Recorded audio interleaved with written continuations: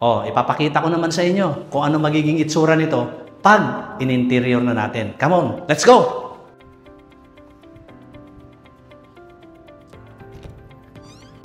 Yun! Andito na ngayon tayo sa naka-interior na bahay na tinur natin kanina. Ano ang magiging itsura ng bahay pag inayos natin? So, the same thing, siyempre pagpasok natin kanina doon, di ba, nandun yung lababo. So, ito na ngayon yung lababo. Yan. Okay, di ba? Maayos na. So, inayos na nila. Yan. Tapos, ito na ngayon, ginawa nilang salas, dining to. Ayan, oh. Depende ngayon yan sa preferences mo. Kung ano yung gusto mo magiging itsura ng bahay mo. Siyempre, ikaw na yon. Depende yan sa magiging budget mo. So, ito, ginawa nilang dining. Yung isang room sa baba, ay ito ngayon yon. Anong ginawa nila? So, titignan natin. Ito, ang naging itsura niya. Ito, tingin ko, multi-purpose to. O, pwede ito yung ginawa nilang movie house nila. Depende kasi yan sa laki ng pamilya mo eh. O, pwedeng itong sofa na to, pwede kasi itong convertible para maging kama. Pero sa pagka-design nito, ginawa nila itong theater. Kumbaga movie house ng pamilya. Okay? Tapos ito, kung ito yung dining nila, ayun. Meron din silang salas dito. Ano? Sala set din. So kung may bisita ka, so marami nang pwedeng magkasya dito kasi meron ka dong 4. Tapos ito, pwedeng 3. Meron ka pang sa loob. O, marami kang bisita. O, let's go. Tingnan natin yung bedroom sa taas. Yun! Nandito na tayo ngayon sa second floor.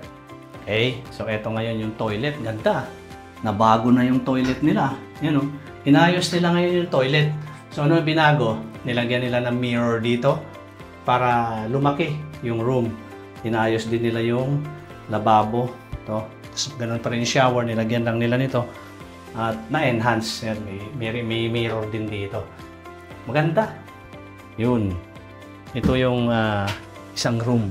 So, inayos na nila. Ito. Ang alam ko, paint lang to eh. O, kumbaga, binibigyan kayo ng idea kung paano ayusin yung bahay na tinurn over sa inyo. Yan. So, nilagyan nila dito, study table, saka may cabinet dito, at saka yung, syempre, yung kanilang kama ay ginawang 2. So, pwedeng hinihila ito. Actually, pwedeng mo nga gawing 3 ba yan eh. Ilinipat mo nga lang yung aircon. Pero, syempre, ang pinaka-ideal lang, 2 yung pwedeng matulog dito. At yan, ganyan lang yung ayos. At saka, marami na rin mga pwedeng design para ayusin yung mga wall na yan. Marami yung TikTok, di ba? So, dito naman tayo ngayon sa master's bedroom. Yun. So, ito yung master's bedroom. Yan. So, anong meron dito? Ito, pinago nila yung pintuan. Tapos, naglagay sila ng isang kama. Yung kama, siyempre, mas malaki compared doon. Dahil ito ay para sa mag-asawa. Diba? Ang ganda. Ganun din.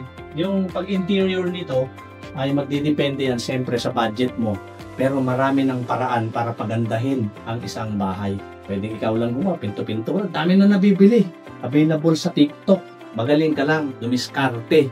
At saka masipag kang magbutingting, masipag kang mag-research. Marami kang pwedeng bilhin para pagandahin yung bahay mo. O diba kanina, papaalala ko sa inyo, yung bahay na to ay 2.8 million. Kung gusto mo ngayon ng installment, 13,000 per month mo through Pag-ibig. Kaya kung Pag-ibig ang hinahanap mo, itong bahay, baka pwede na sa'yo at sa iyong pamilya. Saan pa? Siyempre sa TNC Properties. Kaya kung gusto nyo to, message lang kayo, PM nyo kami. Tutulungan namin kayo na magkaroon ng sariling bahay dahil siyempre kaya natin tinayo yung TNC Properties. Ang isa sa mga advocacy natin ay tumulong sa mga Pilipino, sa mga kapwa nating Pilipino na magkaroon ng sariling bahay. Kasi every Filipino deserve to have a home. Ang hinihintay nyo, siyempre si TNC Properties ay handang tumulong